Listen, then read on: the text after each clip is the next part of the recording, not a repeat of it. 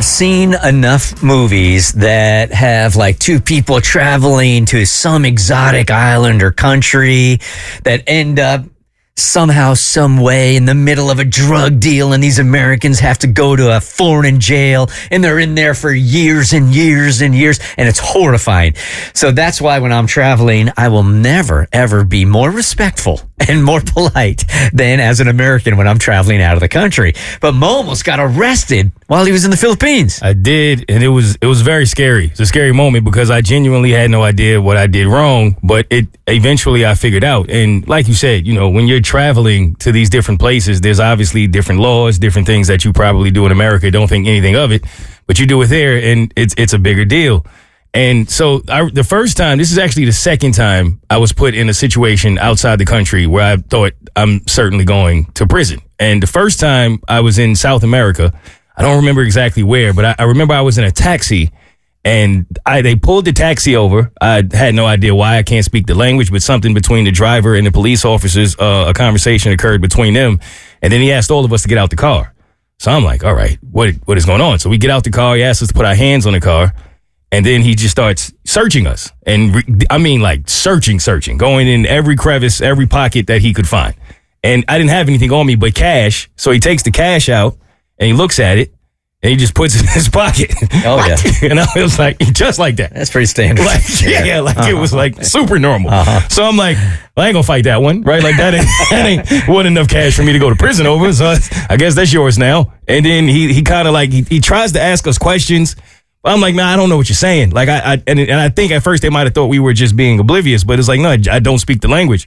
So me and my dude are just standing there praying for the best at this point and hoping that this guy, the driver, didn't actually do something that's going to get us all in trouble.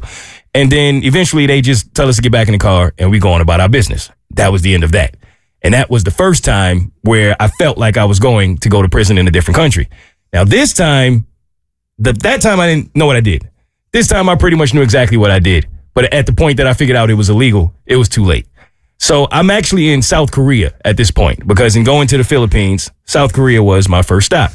So we're fresh off of a 15-hour flight and we're trying to get to our next destination. And we're in the airport, we're moving through the airport fast, and we get outside of the airport and I'm not thinking anything of it. We're just moving forward. So as we're coming to where you come out of the airport and you have to cross the street, like South Korea is, it's very clean, very organized. It's just like, it's so laid back and chill and you just feel so safe and it's a beautiful place. And the lights for when you are crossing a crosswalk at the airport are very similar to what it would look like in the actual street. So there's a green light that turns yellow, that turns red in order for you to cross the street. So at this particular point, now this is me being an American, more specifically a New Yorker, I don't think anything of this. We're coming up to the crosswalk and there are no cars, like nowhere in sight. In fact, I didn't even think anyone was outside at this point. So we just go to cross the street. There we are, two Americans crossing the street with all of our luggage, not thinking anything of it. Well, I tell you, like 6 police officers came from out of nowhere. I have no idea where they came from, where they were hiding at. But they came out and started yelling at us to the point where you would have thought, like, I felt like I had a weapon on me or something. Like they were extremely intense. And once they started yelling at us, the people started yelling at us as well. Like the pedestrians. Just people on the street. Just people on the street. So they're all yelling at us. And I'm like looking behind me because I'm like, what? This can't all be for us. Like, what do we do? I'm looking at my lady like, what'd you do? Because I ain't do nothing. And then that's when like some of them are like waving emphatically at us to go back across to the other side of the street. And then the other police officers are waving at us to come toward them quickly. So I don't know what to do. Are you literally standing in the middle of the street right now? Literally in the middle of the street.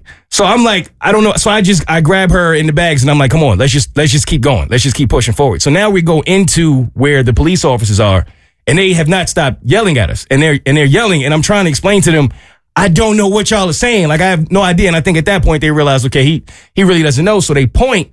And when he points at the red light.